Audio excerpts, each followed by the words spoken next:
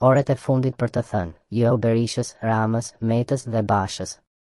Jemi në orët e fundit të një prej betejave më të rëndësishme për të ardhmen e vendit tonë. Sot nuk është më thjesht një ditë zgjedhjesh. Sot është momenti i fundit për të thënë jo. Jo ndaj një klase politike që e ka mbajtur peng Shqipërinë për 35 vjet. Jo ndaj atyre që e kthyen këtë vend në pronë të tyre private, në një skenë krimesh, korrupsioni dhe mashtrimi të pafund. Sali Berisha, Edi Rama, Ilir Meta dhe Lulzim Basha janë emra që për dekada me radhë janë rrotulluar në pushtet si pjell e të njëjtit sistem të kalbur. Kanë ndëruar karrige, kanë aktruar sikur luftojnë njëri tjetrin, por gjithmonë e kanë mbajtur të paprekur një gjë, pushtetin mbi ne. Janë po ata që ndërsa populli emigron, ata pasurohen. Ndërsa të rinjt humbin besimin, ata hedhin miliona në fushata boshe. Ndërsa qytetari vuan, ata ngren pallate me lekët e korrupsionit. Këto janë orët e fundit. Janë orët ku secili prej nesh ka një fuqi të madhe në dorë, votën. Dhe është e nevojshme të kuptojmë se mosvotimi nuk është zgjedhje, është dorëzim. Ai që thot nuk votoj nuk është as rebel, as neutral. Ai thjesht i dhuron edhe 4 vjet të tjera pushteti atyre që po i pin gjakun Shqipërisë ditë pas dite.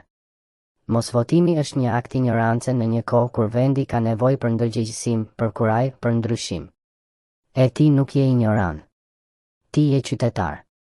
E qytetari ka përgjegjësi, jo vetëm për veten, por edhe për fëmijët e tij, për të ardhmen e këtij vendi që ende ka shpresë. Sot është koha për të votuar. Por jo për të votuar të njëjtit. Jo për të rizgjedhur ata që i sollën Shqipërisë. Vitet e errëta të viteve në 90.